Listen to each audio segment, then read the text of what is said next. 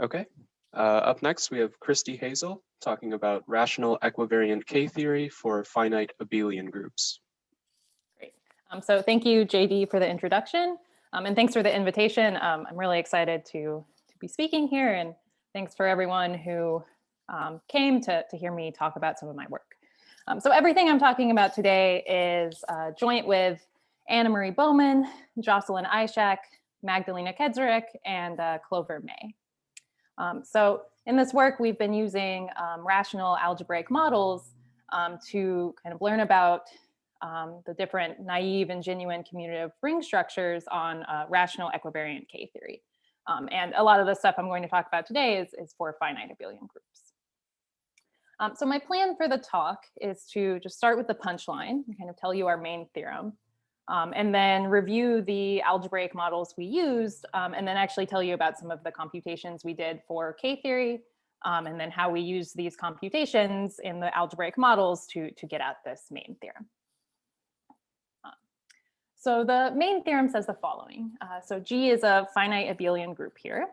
Then if X is a rational genuine commutative ring spectrum, equivariant ring spectrum, and the homotopy groups of X are isomorphic to the homotopy groups of rational complex K-theory as green functors, then we have a weak equivalence between X and KUG, and this weak equivalence is as genuine commutative ring spectra.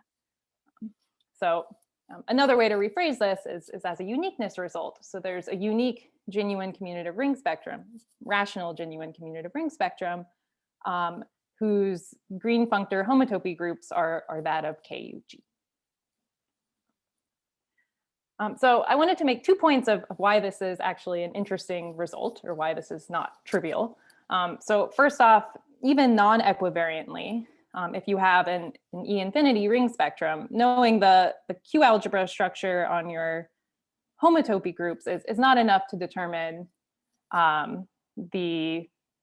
the weak equivalence here. So yeah, as Doug asked, you don't need a map between them. And no, I'm not saying I have this is induced by some map. I'm just saying you take the homotopy groups and you get something isomorphic to what you get for KUG. Yeah, so there's no map here that's inducing this. So this is kind of an interesting statement. And then the other thing I want to point out is we're actually forgetting structure when we're just considering these as green functors. So these are genuine commutative ring spectra. So that manifests in these homotopy groups by these extra multiplicative transfer maps. So I have our usual restriction and additive transfers, and then also these norm maps that are multiplicative transfers. And I'm kind of ignoring those when I'm just considering these as green functors. So this is really an isomorphism of homotopy groups when I'm just considering my naive commutative ring structure. And then I'm getting a genuine commutative weak equivalence. And again, kind of along the lines of why this is actually interesting. This is not true for the connective cover. So this is not true for little ku. So it's kind of important that we have the bot class invertible here.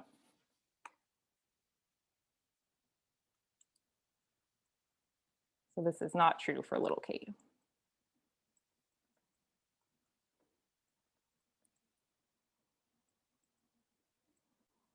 And we'll see why later.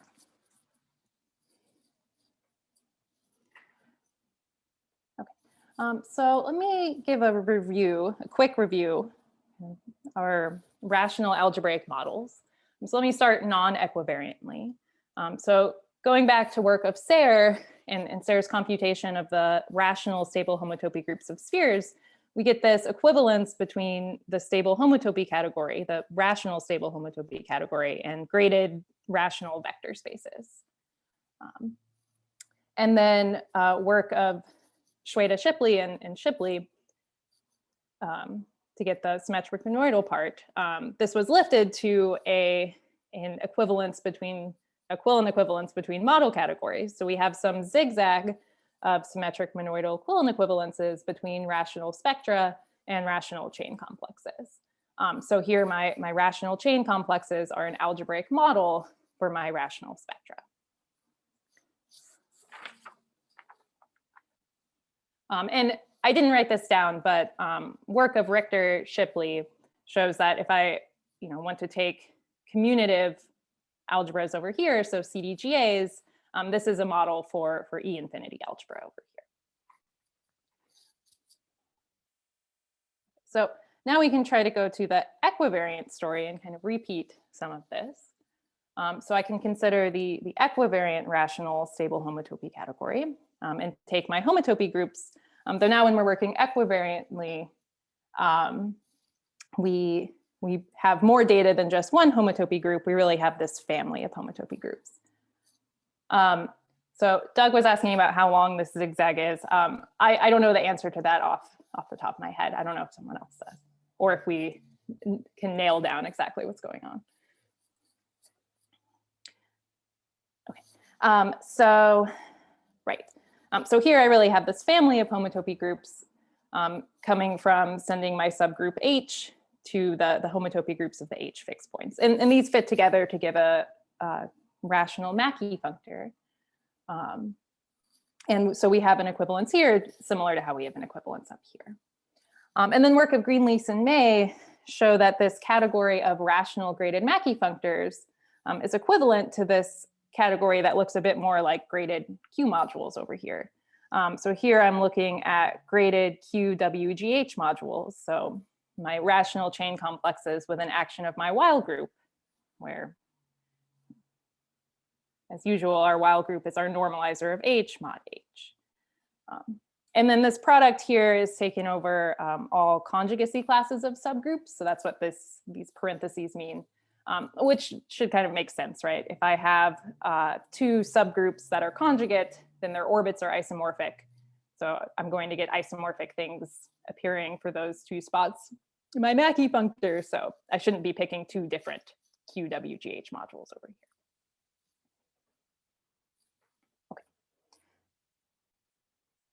So then we can try to lift this to the level of model categories. And so this is kind of putting together work of Shweta Shipley, Barnes, and Kedrick. So we have, again, a zigzag of symmetric monoidal Quillen equivalences, where here I have rational G spectra, and then here I have this product of chain complexes of QWGH modules. Oh, and I think I might have accidentally said chain complexes up here, and I didn't mean it if I did. So up here, this is just graded QWGH modules. And again, here, this product is taking over conjugacy classes of subgroups.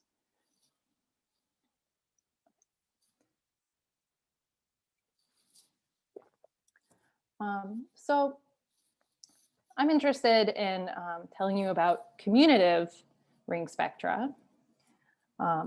And so I'm going to tell you about some models for commutative ring spectra next. So this thing on the right, these chain complexes, oh, I should tell you what the symmetric monoidal product is over here on the right. So here I'm just doing tensor over Q in each factor. This product is tensor over Q in each factor.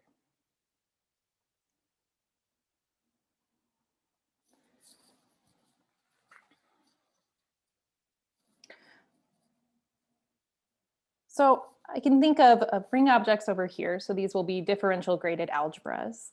And then this action of the Weil group will have to be through algebra maps, since I'm tensoring over Q here. And I can ask for commutative algebras over here, and this will just be CDGAs. Over on the left, as people know who work in this equivariant world, there's different levels of commutativity and G spectra. And these are modeled by these in infinity operads from work of Blumberg and Hill.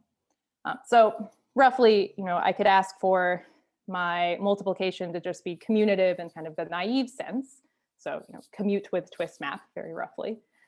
Or since I'm working equivariantly, I can actually form these index smash products and smash over a G set and put an action on my smash product that's kind of twisting my action of X and my action on the indexing set. And then ask that I have some kind of map that's twisting the multiplication and the action back to X. it's a very rough idea of how we can have these higher levels of commutativity is having these norm maps. So these maps that mix the multiplication in the action. So it turns out CDGAs model this naive commutativity.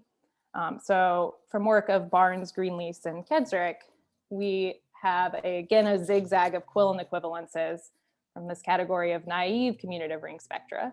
So these are algebras over the naive commutative operad with this product of CDGAs. So I drew an example here just to be very concrete about what type of data we have. So for example, if our group was the cyclic group of order PQ, then our subgroup lattice looks like this. So we have 4 subgroups. And so data in this algebraic model is I need 4 CDGAs, 1 for each subgroup, together with these actions of the while group. So here I'll have an action of CPQ mod E, and then CPQ mod CP, and so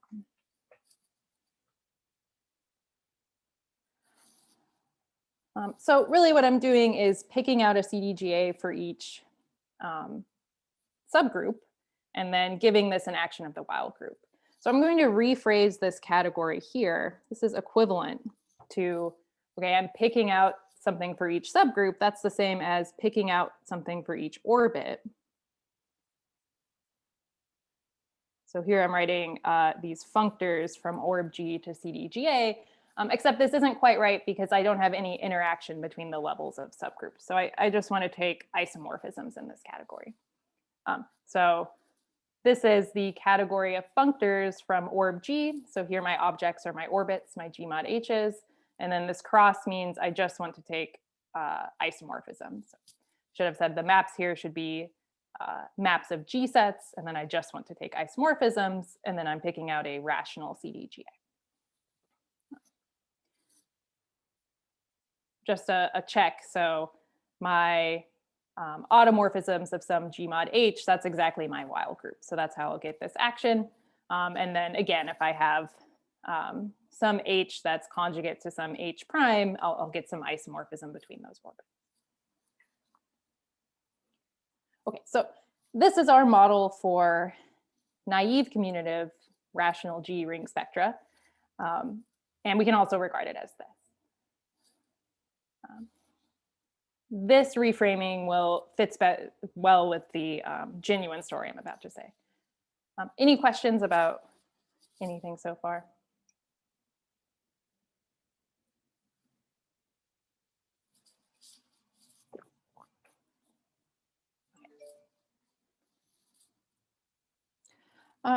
So now we can ask what happens in the genuine commutative case. So let me scroll down. So recent work of Wimmer shows that there's an equivalence between infinity categories. So Wimmer is working with infinity categories here. So we have some equivalence of infinity categories between genuine commutative ring spectra. And now we're looking at functors from the whole orbit category to rational CDGAs. So for our naive case, we were just looking at isomorphisms in this orbit category, but now we're going to allow all of our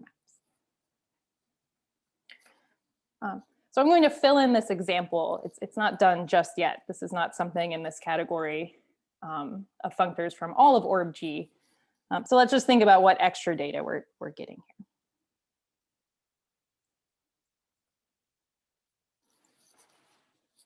here. So for some H, that's a subgroup of some K, that's again a subgroup of G, we get this map of orbits from G mod H to G mod K, just doing our usual quotient. So take our EH orbit to our EK orbit. Okay, so this is a map in our orbit category. So we're going to get a map of CDGAs from our CDGA at the H spot to our CDGA at the K spot.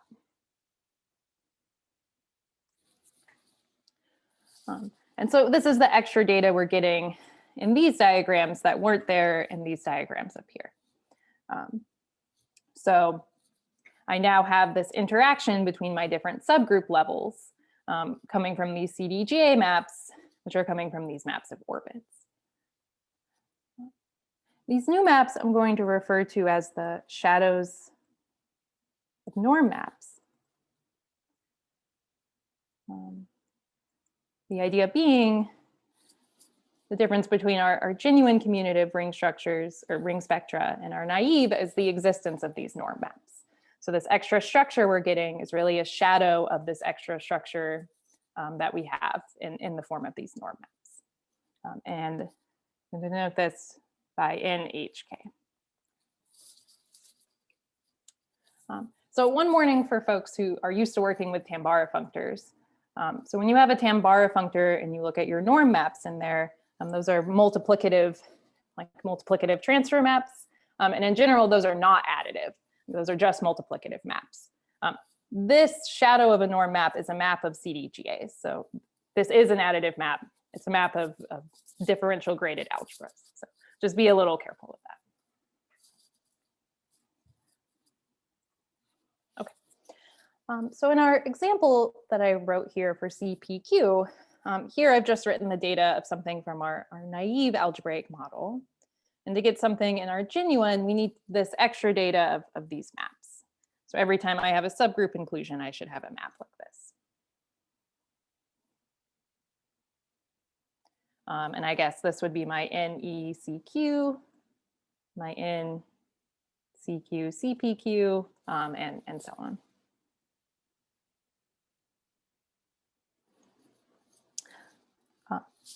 I also have a map going from the E spot to the CPQ spot, but by relations in my orbit category, this is going to have to exactly equal this composition, which will exactly have to equal this composition.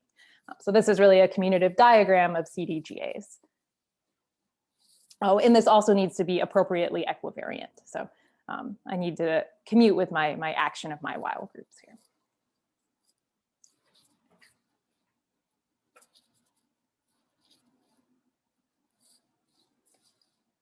Okay.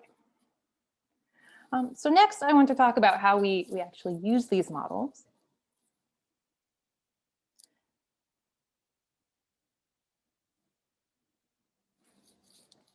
So first, some notation. So if X is a naive commutative rational G spectrum, I'm going to use theta of X to denote this corresponding thing in this algebraic model. And then if X is a genuine commutative ring spectrum, I'm going to use this theta tilde of X to denote this corresponding object here. Oh, and I should mention, we have various forgetful maps. So I can forget from my genuine commutative structure to my naive commutative structure. And I also could forget from my theta tilde to my theta, just forget those extra shadows of norms. And this, this commutes up to weak equivalence. So we can really think of taking theta X and then giving it extra structure to get this theta tilde X.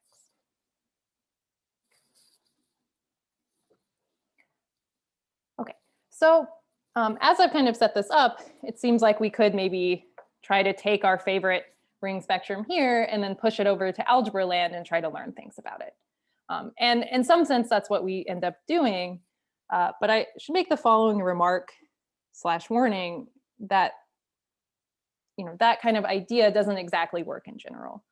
Remember, we had these zigzags of Quillen equivalences, and along the way, we've kind of lost control of what's happening to a particular object X.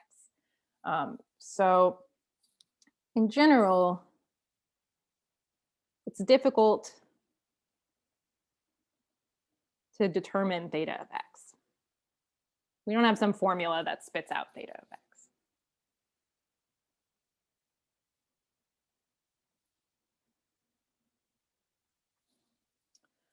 Okay, but not all hope is lost. We do know something.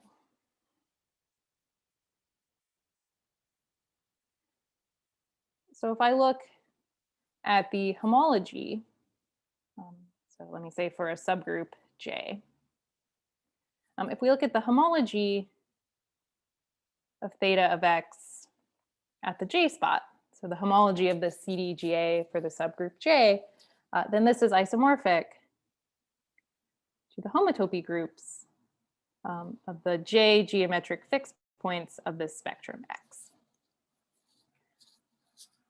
So we have this relationship. And from this work of Greenlease-May, we have this idempotent in the Burnside ring, I'll call EJ, and we can get at these geometric fixed points by looking at how this idempotent acts on the whole Mackey functor and then evaluating it, the orbit G mod J. So this EJ is some idempotent in the Burnside ring. And it is important we're working rationally here. You need to be able to divide to define this.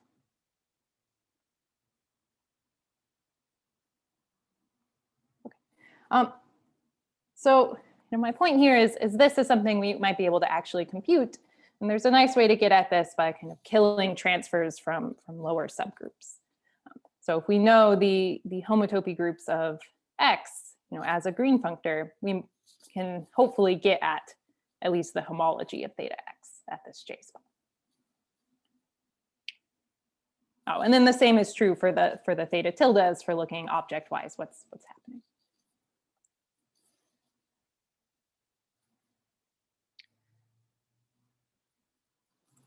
Okay, so the following strategy that we've used to try to get at these theta X's. And this is not something that would work for every spectrum X, but it's worked very nicely for K theory. So what we can try to do is the following. We can go compute the homology of our theta of X complex at the J spot. And just hope that it's formal. Hope that that's enough to determine the complex itself up to quasi-isomorphism. So hope it's formal. That is, for every complex B that's in this category of CGAs with a WGJ action, there exists a zigzag of quasi-isomorphisms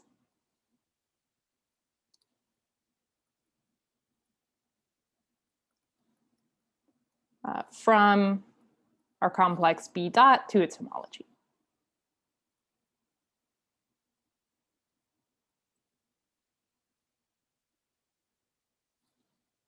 So this is what I mean by formal.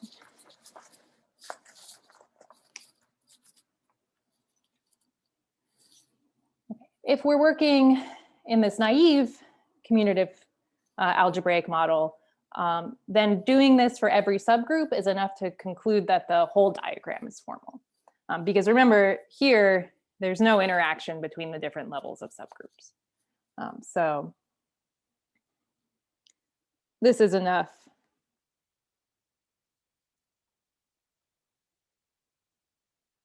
to prove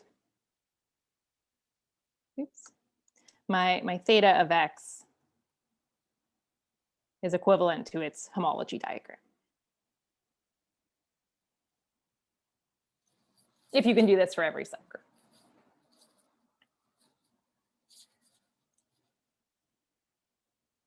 Okay. So that's all fine for theta of X. So if we want to get at theta tilde of X, we can't just do this object-wise. We have this interaction between the different subgroups, and we need to take that in play when we define our quasi-isomorphisms. So I'll just write for theta tilde of X. We really need formality of the whole diagram. I'll say formality as a diagram.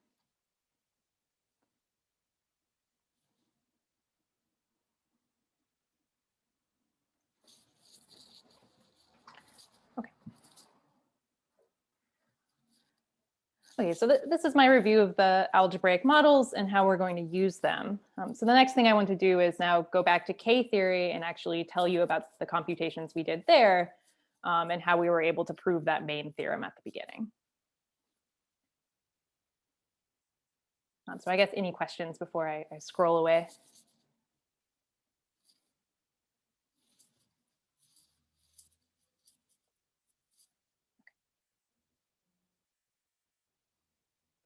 Then let's talk about some computations.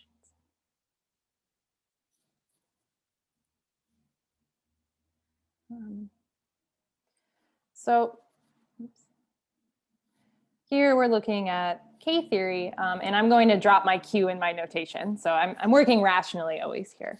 Though I guess this recall remark, I don't have to be working rationally, but in everything down here, I'll be working rationally. So first, just recall, actually this came up in the previous talk as well. If we look at pi 0 of KUG, so if we look at the K theory of a point, we're really getting this, if I look at a vector bundle over a point, I'm really just seeing a G representation. If I look at a vector bundle over an orbit, G mod H, then really that's the data of an H representation.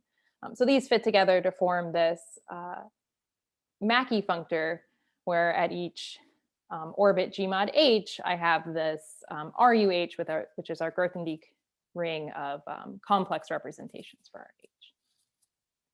So pi 0 is given by this Mackey functor, and our restriction is our normal restrict your representation. Our transfer is our induce your representation. And then if I want all of the homotopy groups at some orbit G mod H, I just need to adjoin this Bott class. So this beta element that has degree 2 and its inverse. Okay, so I want to tell you about our first theorem. So the first thing we did, and this was in our first paper, as opposed to the paper we're working on now with this main theorem from this talk, is we needed to compute the homology of these things. So this amounted to killing off transfers in these various Mackey functors. So our answer here, and now I want to say G is a finite abelian group. We also have an answer for when this is not abelian, but it's a little more sticky to write down. So the wild group action is a little more sticky. So I'm not going to worry about that case right now. So for a subgroup J, this is given by two cases. So if J is cyclic, then this is the cyclotomic field extension where I join this primitive order of Jth root of unity. And this is for the representation ring, Mackey functor. And then if I'm not cyclic, this is 0. So I'll just say, as I mentioned earlier, the way you compute these is you really look at how this idempotent acts on your Mackey functor, which amounts to killing transfers. So here, this was kind of a fun computation of thinking about what sorts of things are in the image of induction when you're looking at the representation ring. So that's how we proved this, is just thinking very much so about complex representations of different groups and how things induce up. And then maybe not surprising, if I want to go to K theory, I have the same degree 0 stuff, but then I need to adjoin this class beta and its inverse. And again, beta is still in degree 2. Oh, and the wild group action is trivial here. So something we proved in this first paper is that these complexes are indeed formal, or these homology algebras are indeed formal. So this is a weakly equivalent to my theta HRUG at the K spot. And same here, this is equivalent to my theta of my KUG at the J spot. So this gives a description of our K theory in the naive commutative model. So it's just given by these CDGAs where my differentials are 0.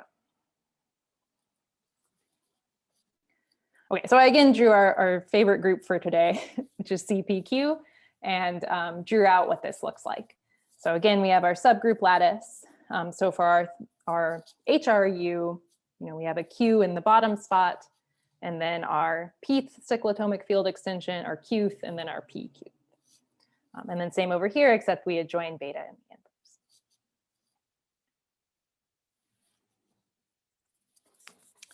Okay, so now I want to think about what can happen in our model for genuine commutative ring spectra. So I want to give these little tildes. So if I want to do that, then I need to have maps like this. and same over here.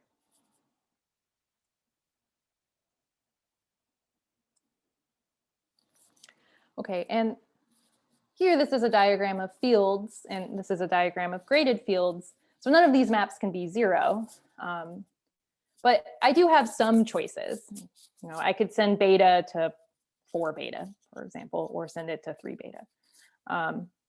I do need this to commute, and then same here, I need this to commute. So it feels like there could be some choices here. So let me tell you our main theorem that we proved in algebra land, and then I'll tell you how this implies our theorem from the beginning. So here's what we proved. So if we take any diagram indexed on orb G here, that has this property that for every subgroup J, the homology at the jth spot is given by the homology of theta Ku at the jth spot. So I have some Q zeta adjoin beta beta inverse or 0. So given any such diagram, then there's a zigzag of quasi-isomorphisms in this category between A dot and my theta tilde of Ku of G. So again, if I just know the object-wise homology, then that's enough to construct this zigzag of diagrams or zigzag of quasi-isomorphisms of diagrams in this category. Oh, and I forgot to write this in here. G is supposed to be a finite abelian group. G is an abelian group here.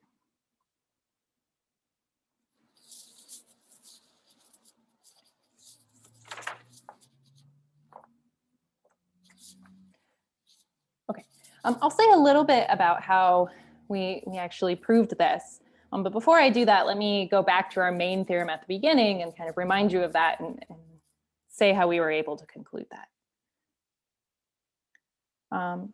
So our main theorem at the beginning started with some rational genuine commutative ring spectrum whose homotopy groups as a green functor were isomorphic to the homotopy groups of rational Ku.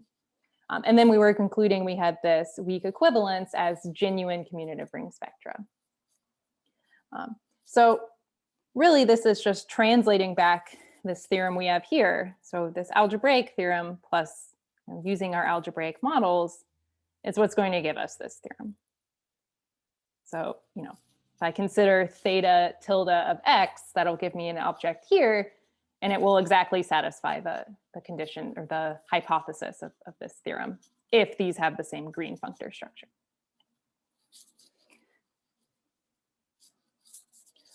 Okay, so before I say comments about the proof of this theorem, any questions? I keep reaching for my coffee, but it's empty, which is sad. Can I ask a question? Mm-hmm.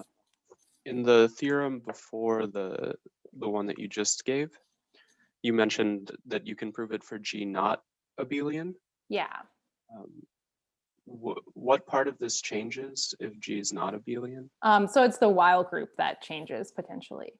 So if you have a non-trivial while group on action on your cyclic group, then you'll get a non-trivial action on this Q zeta order of J. And you can see it in a very concrete way, like the while group action will permute your generator of your cyclic group, and it will similarly kind of permute your primitive roots here. Okay, thanks. Yeah.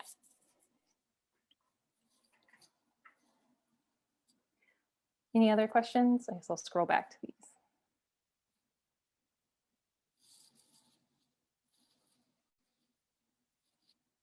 Okay. So I'll say a couple comments about how we proved this.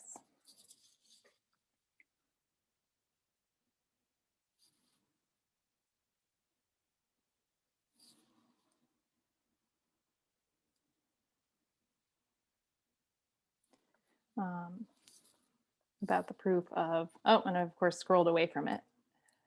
There we go.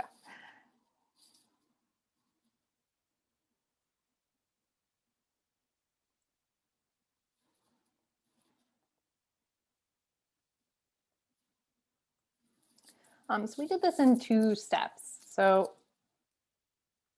first, we constructed a resolution for the degree 0 stuff. So what do I mean by that? We constructed this diagram that I'll call B dot in our orb G to CDGAs,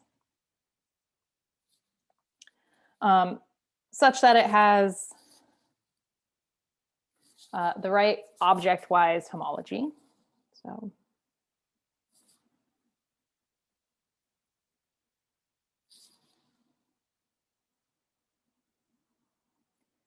this is isomorphic to the homology of this theta HRU at the jth spot for all subgroups J. And it had this mapping property, so this kind of universal mapping property.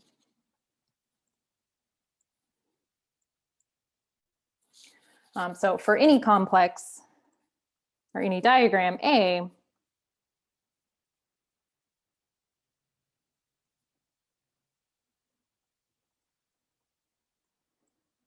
such that the 0th homology of A at each subgroup is isomorphic to this 0 or this homology of this B, so of our theta HRU, then we get a map.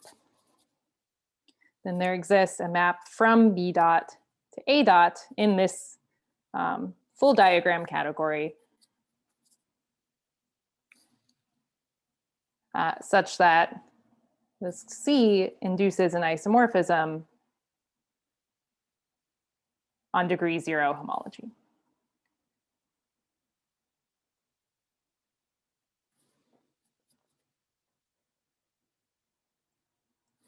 So this is what I mean of having a kind of universally property, is that whenever I have any other complex whose degree 0 homology is that, then I get a map from this B dot. And then the next step was to kind of tensor up this B dot to get a resolution for theta KU. Let me just write that. Tensor this B dot up, so I mean tensor with some nice algebra that resolves the beta inverse part.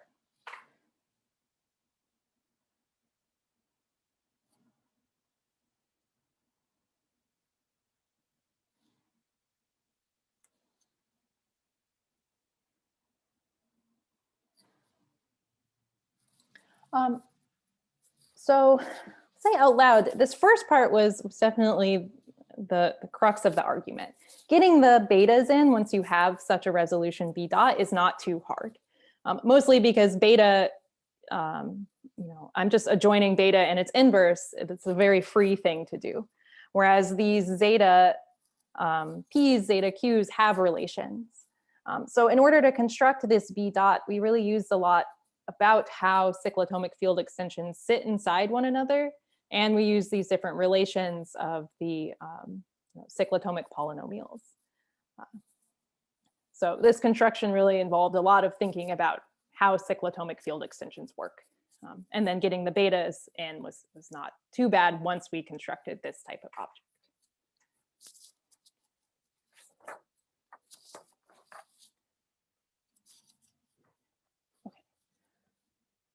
So then maybe I'll just end with saying what goes wrong with little ku. Last 5 minutes or so.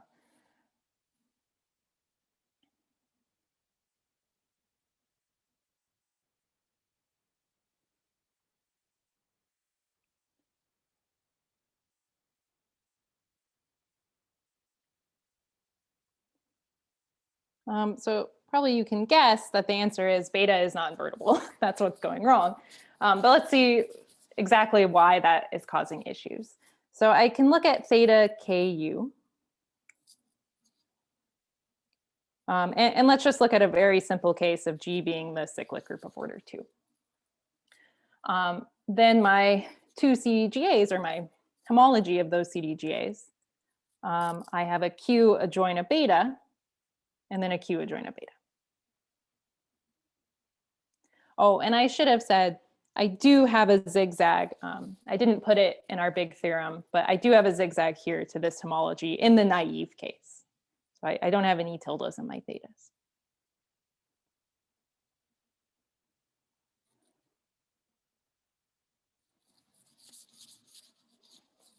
My lowercase k's and my lowercase u's look the exact same as my capital K's and my capital U's. So it's always hard to make them look different. So this is my little k. Okay. So I have a q beta and then I q adjoin the second primitive root of unity, so -1 here. And then I need to choose a shadow of norm map going here. For this connective cover, we would want beta to go to beta because that's what happens in big KU. But there's no algebraic reason that has to happen. Beta is no longer invertible. I'm not forced to send beta to something non-zero. So this is a perfectly fine choice in this algebraic model. So knowing this level-wise or object-wise homology is not enough to determine the full diagram in this orb C2, I guess. So I'll just end with this theorem to kind of summarize that idea.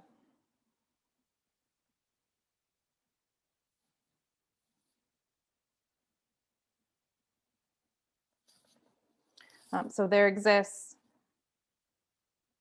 oh, and I guess G should be, okay, let me fit this in here.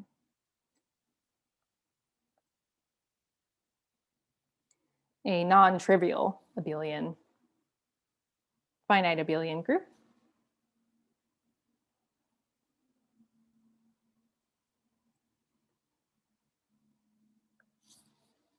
Then there exists a genuine commutative ring spectrum.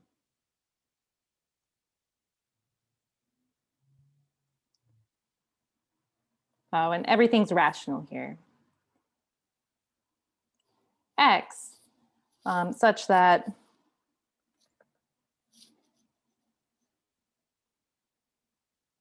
X is weakly equivalent to little KUG as naive commutative ring spectra.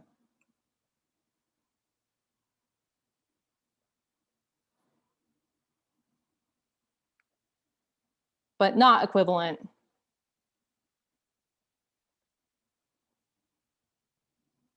as genuine commutative ring spectra.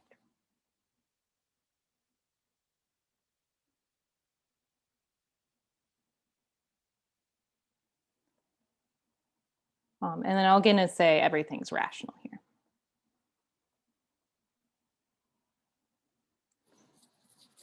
Okay, so this is the difference between the big KU and the little KU for these two theorems. Okay, I'll maybe just mention out loud, some kind of leftover questions. I mean, still the kind of obvious question is what happens if you're not abelian?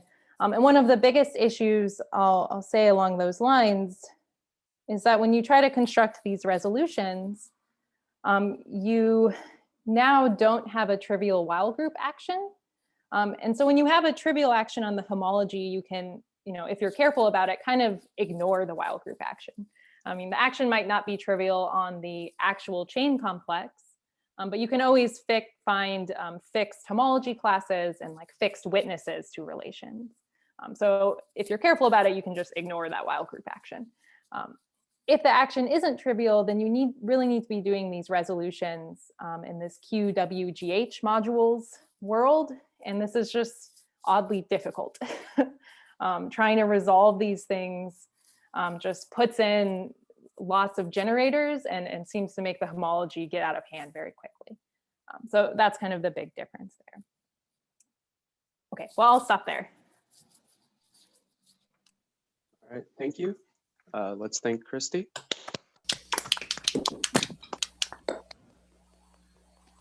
Are there any questions?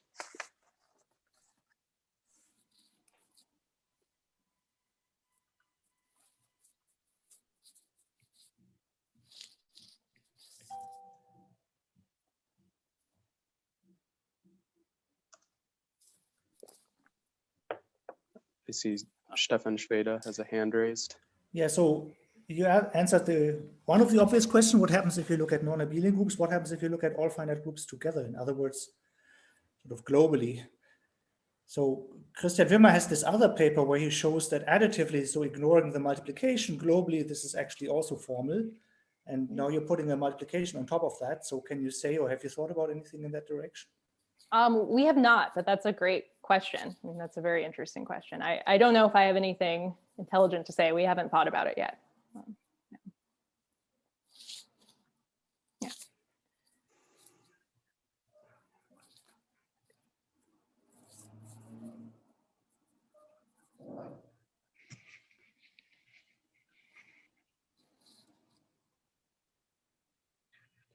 Okay, I received a suggestion that maybe we should turn off the recording before asking questions. So maybe I'll turn off the recording. We can thank Christy again and then maybe ask some more questions.